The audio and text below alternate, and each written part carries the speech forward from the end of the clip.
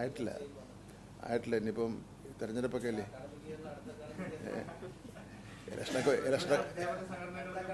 അടുത്ത അടുത്ത അടുത്ത അക്കാഡമിക് ഇയറിൽ നമുക്ക് കുറേ മുഴുവൻ നടപ്പിലാക്കാൻ പറ്റിയില്ലെങ്കിലും കുറേ കാര്യങ്ങൾ നടപ്പിലാക്കാൻ വേണ്ടി പറ്റും ഏകീകരണവുമായിട്ട് ബന്ധപ്പെട്ടുള്ള. പബ്ലിക് ഡൊമൈനിൽ വന്നിട്ടുള്ള കാര്യം ശരി തന്നെയാണ്, അത് പരിശോധനയിലാണ്. ചിലപ്പോൾ ചില കാര്യങ്ങൾക്ക് സമയമെടുക്കില്ലേ, നമ്മളത് എന്തെങ്കിലുമൊക്കെ സാങ്കേതിക പ്രശ്നങ്ങളോ എന്തെങ്കിലും പ്രശ്നമുണ്ടെന്നെങ്കിൽ കിട്ടും. 2 മാസം നമുക്ക് ഇലക്ഷൻ്റെ തിരക്കിലാണ് ഈ പരിപാടിയൊക്കെ നടക്കുന്നത്. നമ്മുടെ കുട്ടികൾക്ക് വേണ്ടിയുള്ള 1-ാം 2-ാം ക്ലാസ്സിലേക്ക് കുട്ടികൾക്ക് പോക്കുകയുള്ള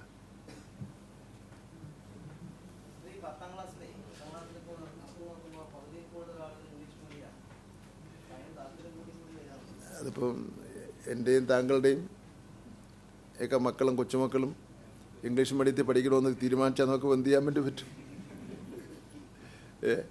താങ്കളുടെയും കൊച്ചുമക്കളോ അല്ലെങ്കിൽ മക്കളോ ഒക്കെ ഇംഗ്ലീഷ് മീഡിയത്തിൽ തന്നെ ആയിരിക്കും. എനിക്ക് പ്രായക്കുറവാണെന്ന് എനിക്കറിയാം.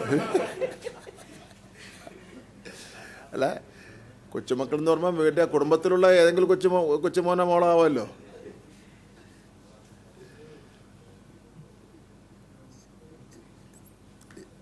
ഇംഗ്ലീഷും പഠിക്കട്ടെ, മലയാളം പഠിക്കട്ടെ. നമ്മൾ മലയാളത്തെ പ്രോത്സാഹിപ്പിക്കുകയാണല്ലോ, നന്നായി പ്രോത്സാഹിപ്പിക്കുകയാണല്ലോ.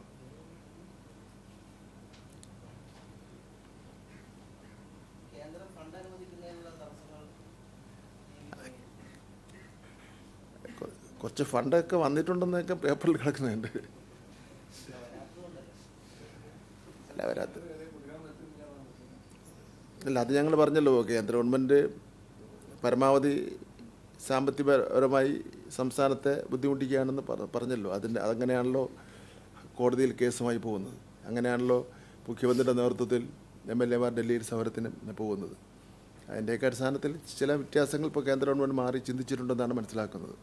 അങ്ങനെ ഒരു ജനാധിപത്യ സംവിധാനം, ഒരു ഫെഡറൽ തത്വമൊക്കെ അംഗീകരിച്ചുകൊണ്ട് മാറി ചിന്തിച്ച് ഒരു ന്യായമായ തീരുമാനം എടുക്കുമെന്ന് തന്നെയാണ് പ്രതീക്ഷിക്കുന്നത്. നമ്മുടെ ഈ പാഠോത്സവത്തിൻ്റെ കാര്യം നിങ്ങൾ കാര്യമായിട്ടൊന്ന് കൊടുക്കണേ. കാരണം ഓണപരീക്ഷയ്ക്ക് പോലും പാഠോത്സവം കിട്ടാത്ത സംസ്ഥാനമായിരുന്നത്. അന്ന് നിങ്ങളൊക്കെ സ്കൂളിൽ പഠിക്കുകയാണെന്ന് തോന്നുന്നു, അല്ലേ? അന്ന് ഉണ്ടോ? മതി, ഫോട്ടോ അതെ തന്നെ. ഓണം നേരത്തെ വന്നതിന് ഞാനെന്ത് കിട്ടുമെന്ന് ചോദിച്ച് കാലഘട്ടമുണ്ട്. പരീക്ഷ നാളെ ആരംഭിക്കുകയാണ്. ഞാൻ പറഞ്ഞു, എല്ലാ കുട്ടികൾക്കും എല്ലാവിധ ആശംസകളും. ആത്മവിശ്വാസത്തോടു കൂടി പരീക്ഷ എഴുതുക എന്നുള്ളതാണ് ഒരു സന്ദേശമായി അവർക്ക് കൊടുക്കുവാനുള്ളത്.